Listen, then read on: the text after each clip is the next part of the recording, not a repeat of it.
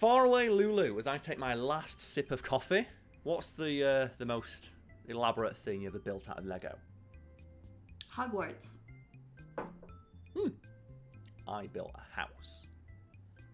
Like a Minecraft house. You know, it's just like 4 blocks tall, and it's like the guy can just stand there. That's cool. I was not a very creative child. There are few companies more protective of their brand than Lego, a Danish company who has built an empire atop billions of tiny plastic bricks. A sentence that's far more literal than I ever expected, because it turns out almost every Lego factory is built on top of Lego. And I think the first thing we need to do is address that the correct plural for Lego is Lego. Every time you see someone say the word Legos, that is incorrect. And I've got a quote from the company here when they were straight up asked, like, how do you use the word Lego in other contexts? They say right here, Lego is always an adjective. So you always use the term Lego. So Legos is incorrect. So I'm just like, so for anyone who's going to complain in the comments, like, why are you not saying Legos? That's incorrect. Lego. And the more you say it, the less it sounds like a real word. Lego. Lego.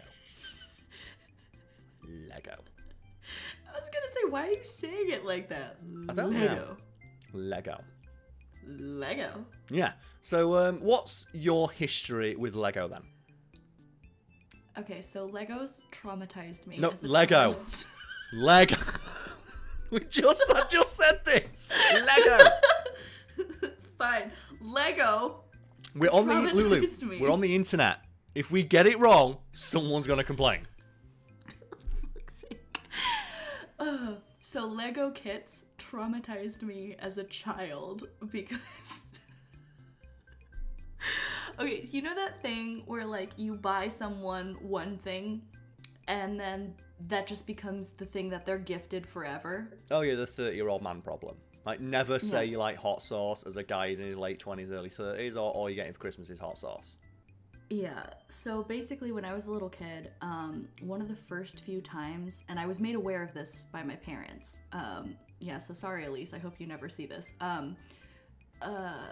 They had told me like that my sister had actually picked out the gift that's from her. And so please be very nice about it, because she's very nervous. And I was like, okay. It was Harry Potter Lego.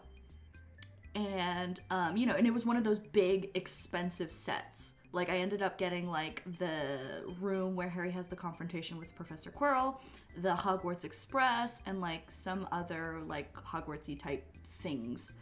And, but that very first set from her, I was like, oh my god, thank you! And I guess I did too much of a job of selling it, because after that, I got nothing but expensive Lego sets from my relatives, and I felt so bad because I fucking hated them.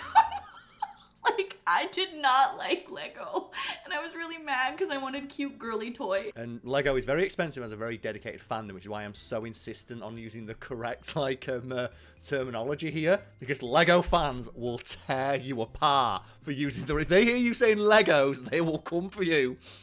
The thing is, though, not only will Lego fans come for you, the company itself will, because like the company on Twitter corrects people all the time. That's amazing. I think we've discussed before, like the company who makes biros will just send out dozens of like snotty emails per month to websites that use the term biro, and when they're not referring to the biro pen that they make and using it as just like, you know, a catch-all term for a ballpoint pen. It's like companies get really bitchy about this sort of thing, and I kind of respect that. Wait, is that a British thing? I've literally never heard that. Yeah, it's just a catch-all term. We use biro to refer to like any kind of ballpoint pen. The same way like Hoover to refer to like, you know, any kind of vacuum cleaner. And like, you know, we've talked in a video from like the very earliest days of the channel about companies have to aggressively pursue that sort of thing, because if they don't, their brand name will become a genericized term and then they lose access to it, which is what happened with Lego. Because while today like Lego is a pretty solid brand, and like there are a few pretenders to the throne of Lego. Like you always get like, was it Mega Bloks, and people always make fun of Mega Bloks and all that shit, and like Duplo, everyone's like fuck Duplo, it's just Lego for babies, literally. Duplo sucks ass. Duplo is Lego. Yeah, but it's the thing, it's shit. Like that's the thing, even Lego makes shit Lego. That's how like ubiquitous shit knockoff Lego is. Even Lego makes shit Lego. We and we are here to destroy you. Oh, man. And I'm going to say something controversial right now. Bionicles suck. I don't like Bionicles. And this is the weird thing as well. Do you know Bionicles has, like, one of the most dedicated fandoms online of anything?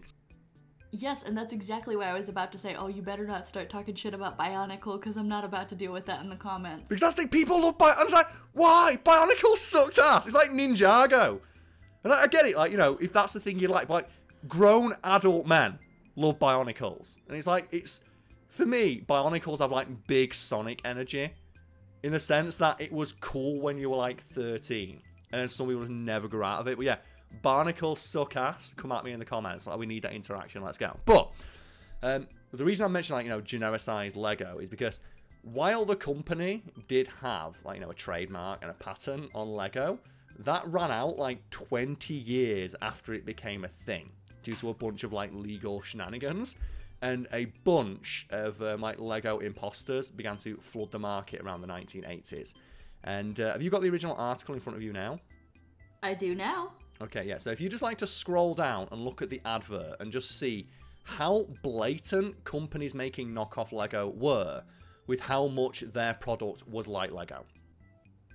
Oh, wow. I didn't know you could, like, name competitors like that. Neither did I, so describe what you can see. So, there's just this ad with a butterfly made of, like, toy bricks, and it says, which part is Tyco, which part is Lego? And it just says, why pay for more? Yep, and like you said there, I didn't know you could name competitors in an ad. That's directly attacking them, and companies literally just made Lego but cheaper. They advertised their knockoff Lego the same way McDonald's advertised its beef. Well, it's like the real thing, but cheaper. And people bought it, and Lego were really struggling in the 1980s. And they, like, very nearly folded as a company because they expanded so rapidly when everyone was all in on Lego. And they made a bunch of disastrous business decisions that nearly killed the company. Such as, like, putting all of their money into, I think it's, like, the Jack Action range or something like that. There's this, like, weird, like, action figure Lego man that they put all their money into, and it sucked super hard, and they put millions of dollars into it, and it's like, no one wants to buy this, and like, but no one wants Lego, what would we do? There's a new kind of hero in town, so fearless, so ready to save the day. He's larger than life. Well, you know what we mean. He's Jack Stone from Lego. Saved Lego? What was it, Save Lego then? Bionicle. I think it was actually, yes. I think I've seen the... I'm not even joking, it's Bionicle. Yeah, Barnacles did save Lego, as did Star Wars. Those collaborations, they started doing, like, Star Wars. And, like, you know, Harry Potter, like you mentioned earlier, they also helped save Lego because that allowed them to start catering to the collector's market. It's the same story with, like, almost every, like, you know, toy brand that was popular in the 1980s. And if anyone out there is curious about it, go watch the Netflix series, The Toys That Made Us. Because if you watch that, you'll notice there's a pretty common trend with stuff that was popular in the 80s that's still popular today, and it is. They went from making cheap toys for kids to high-end toys for adults with disposable income, aka single men. Kill all or one. Hey everybody, Adam Savage in my cave with Norm Chan. Hey Adam, we got some toys here. Dude, we're all about tools, toys, and tales, and we have, well, look, these are not inexpensive toys. Yes. These are toys for big kids. It's actually amazing how much that principle can be applied to, like, anything. Like, did you hear this happen to ice in Japan? What, like they started just making, like, really fancy ice? Yeah, so this, like, traditional ice farmer used to sell, like, shaved ice with their ice and would sell it at normal shaved ice prices, but then they were like, ooh, you know what? Why don't we just mark this up for no reason and say it's, like, artisanal grown ice, which, you know, it is. And then they started charging $10 for, like, shaved ice, and now they run out of it, like, every day and stuff. How did it work? かき氷を始めようと思った時に日光で一杯200円だもんかき氷で私が初めてやった時一杯800円で氷もさっき値段言ったけど1ケース9000円仙台の6倍の値段をつけた In regards to toys, it is basically a license to print money to target adults with disposable income because they have more money than kids and they are more dead set on completing their collection than kids are. And you'll see it with everything from, like, wrestling action figures to, like, Transformers. And even though I'm making fun of this, it works on me because I still, to this day, want to get one of those, like, $500 Transformers toys.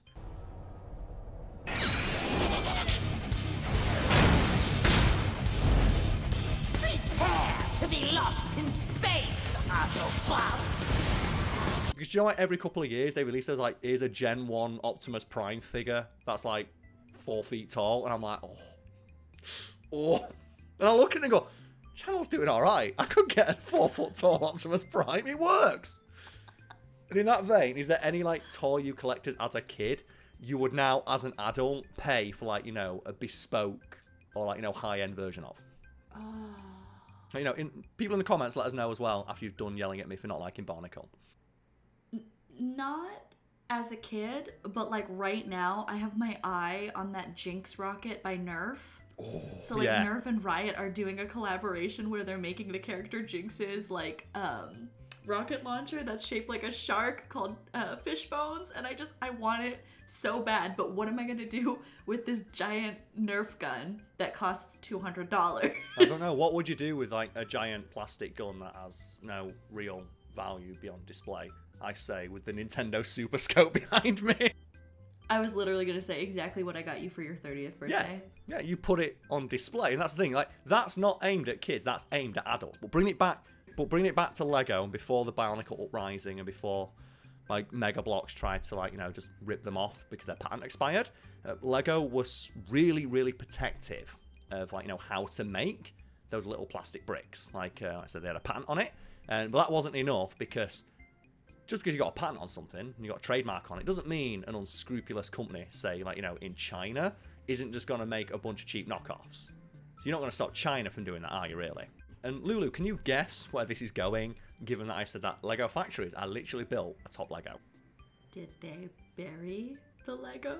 They didn't bury the Lego, they buried the molds that made Lego. So, do you know, like, when they build a new factory? They take the molds that they used to make Lego that they couldn't use anymore, and they would put them into the foundations of new Lego factories. And then build the factory on top of them, because those molds, like the Lego bricks themselves, were built very, very well. And while they couldn't make Lego to the exacting specifications of the Lego company, a competing rival could just take them, reverse engineer what was there, and then make their own knockoff Lego from it. Damn. Yeah, so they literally built factories on top of old Lego making molds, so Lego factories are built atop Lego. And people out there might be wondering, did they really need to do that? LuLu, was someone who works, like, in a field that's quite similar to this, how big are the machines and molds that create bits of plastic? They're huge. Like, so the company I work for uses their machines to make medical equipment that's, like, teeny tiny. And our machines are called 100 ton, 150 ton.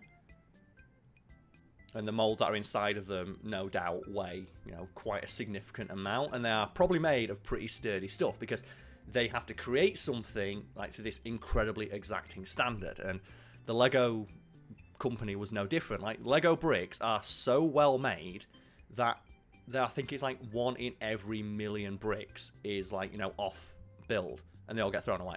Like, that's how efficient their factories are. And they said, like, Lego is so efficient that they operate what are called dark factories, which are factories that are so streamlined, so organized, no human being is in them. So the Lego bricks that get made and packaged, the first time they see natural light and are seen by human eyes is when the people who buy it open it. The factory is almost completely automated. When a container is full, a robotic car collects it and takes it to the storage hall. And that's just what happens when you make something for 50 fucking years. You get really good at it. Pretty much. Damn. Yeah. And prior to recording, you said you watched a documentary about Lego, yes? Yeah, we watched that Toys That Made Us together. Okay, no problem. So that means you are familiar with the system. The system? The system. The Lego system. Do you not remember the documentary you said you... Okay, so for people like LuLu who maybe don't remember or didn't watch that documentary I'm talking about, the system is like an ethos, a philosophy, if you will, within Lego, that all Lego must work together. So even things like, you know, the Harry Potter thing that you got, you might look at that and think, well, that's pretty unique, right? There must be a bunch of unique bits of Lego within this set. And that's not really the case. And the company strives to use as much of its existing molds as possible when creating those Lego creations. And they actually have a team internally whose sole job it is to figure out ways to, like, you know, fit together all the existing bits of Lego that they have in interesting ways to create things like, you know, Hogwarts, or the Death Star, or the Millennium Falcon. 120 full-time designers work in warehouses to create everything and anything they can conjure up in their Lego-driven minds. If you thought a pyramid was tricky to build, just imagine trying to make one of these. That's actually really cool and like low-key eco-friendly. Like, I don't know if that's like what their motivation is behind that, but like, yeah, sounds good. The motivation is, like with all companies, cutting costs. It's like, yeah, you don't want, say if you're making a Millennium Falcon, there's a piece of that Millennium Falcon that's unique to the Millennium Falcon. You've now got to make a new mold that only makes that one bit, then make like 8 million bits of it and then throw it away. Like, it's in their best interest as a company to, like, you know, reuse as much of the stuff they've made as possible. And that's where the system comes in. And I just love that idea of, like, every single bit of Lego can fit together. And that means, realistically, if you had enough Lego, you could cobble together a Millennium Falcon out of other Lego kits. There are hundreds of unique Lego pieces with about 100 different color varieties, which means that there can be up to 10,000 unique pieces in a single bin. This makes sorting and finding pieces very difficult. Here are some of the sets we have rebuilt with this program. I would love to talk more about this program if anyone is interested. Just leave a comment or email me. Thanks for watching, and I hope you learned something. Yeah, I mean, I used to like to put Hermione's hair on Voldemort because I thought it was funny. Yeah, and that's one of the things that the Lego company loves about its products. And it's one of the things that when they're having those like brand deals, they have to tell the brands, like, very matter-of-factly, look, Lego, at its core, is about creativity. So while, yes, we're going to include instructions to make the Death Star, there's nothing stopping kids putting, like, fucking Harry Potter in the driver's seat. You have to be okay with that, or you're not going to work with us. Have any brands objected to this? Not many, no, because it's Lego. But you can imagine, like, many brands aren't happy about it. Because, like, brands, like, you know, I was also very protective of their intellectual property. So it's like, you know, it speaks to, like, you know, the big stick that Lego wields, that they can tell companies who, like, you know, Disney, we're going to make a Millennium Falcon, but you know what? Fuck it. If you really want, a Bionicle can drive it.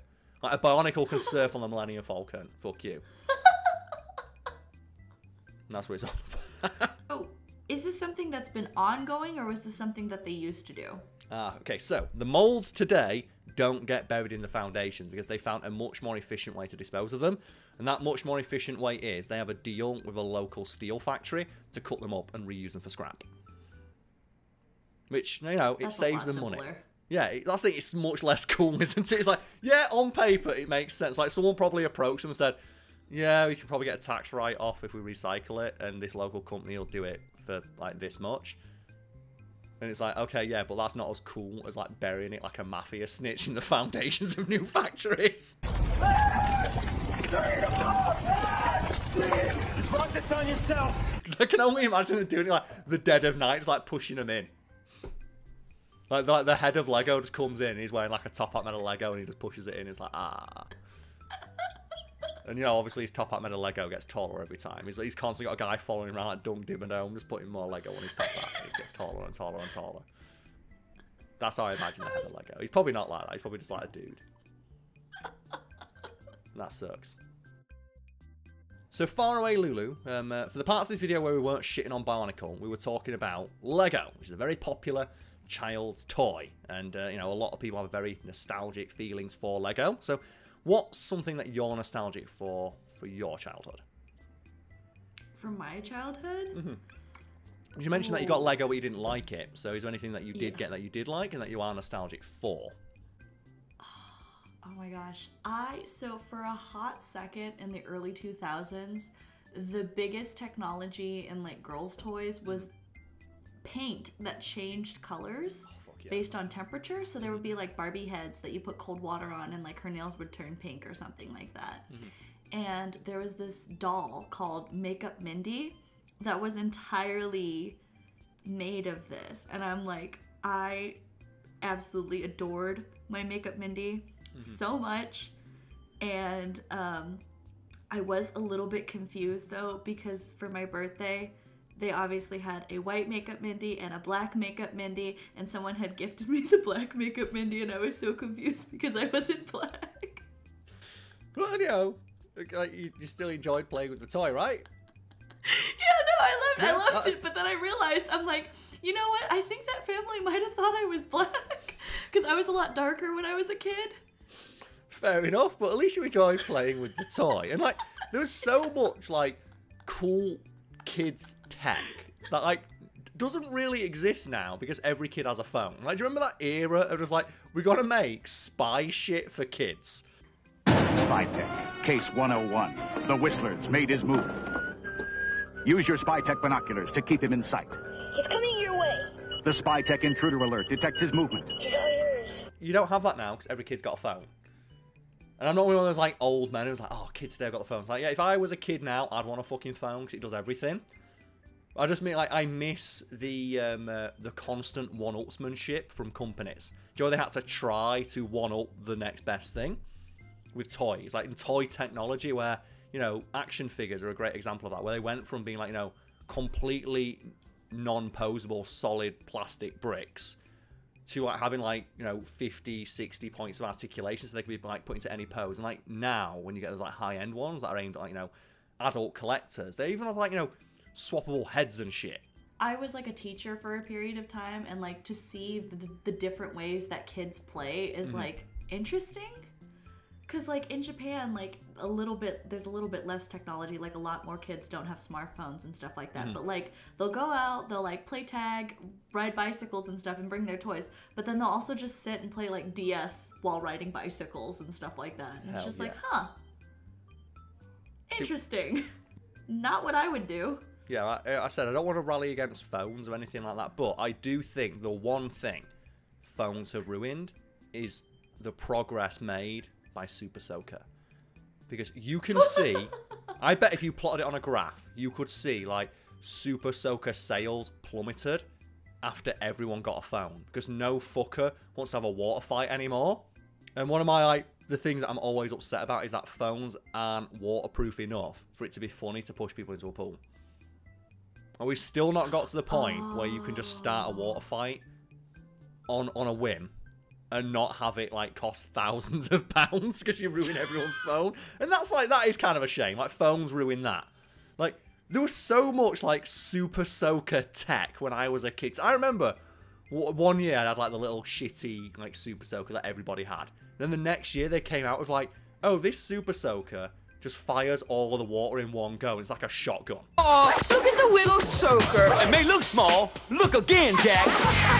It's a Super Soaker Supercharger Power Pack. Supercharges and fills up fast. It's a small-looking soaker with a big-time blast. So that's the thing. There was so much interesting technology there, and I would love to see what Super Soakers would look like now if phones hadn't existed. I bet they'd be sick. I bet there'd be one where it's just the water, he just kills you. I bet we would have legitimately got to just, here's just a pressure washer that's handheld and portable, and kids were using that shit. I'm actually just more amazed that British children want to play with Super Soakers, because, like, just go outside. It's already raining. Yeah, but, like, you don't know, like, the secret tech we do, such as going to Aldi on a Saturday with my 50 pence pocket money, and I will buy a 19p bottle of Roller Cola. I go get my Super Soaker, and I put the Coca-Cola into the Super Soaker. You'd wait for it to get to the hottest point of the day, then you spray people, and the bees get them. Chemical warfare. No one wants to have a Super Soaker battle when you've got the Coke launcher. Please tell me you never put the poo stick in the Super Soaker. No, I never weed in a Super Soaker. One kid did once, and he did get pushed over. We did push him over and throw grass at him. Because you know what, that was like the rule. That was like the limit of what we had. Like, yeah, you can throw, like, you know, like Cherryade water balloons at people. You can, like, you know, fill your thing up with, like, water from the fridge. But, like, you know, don't piss in it. That's just a step too far, man. Don't do that. You picked up poo on a stick No, and my flung brother it did at that. other kids. My brother did that. My brother threw the poo sticks. Like, are we gonna talk? Oh, fuck it. I'll talk about the stick wars. Because, like, every time I tell this story in real life, people look at me like I'm mental.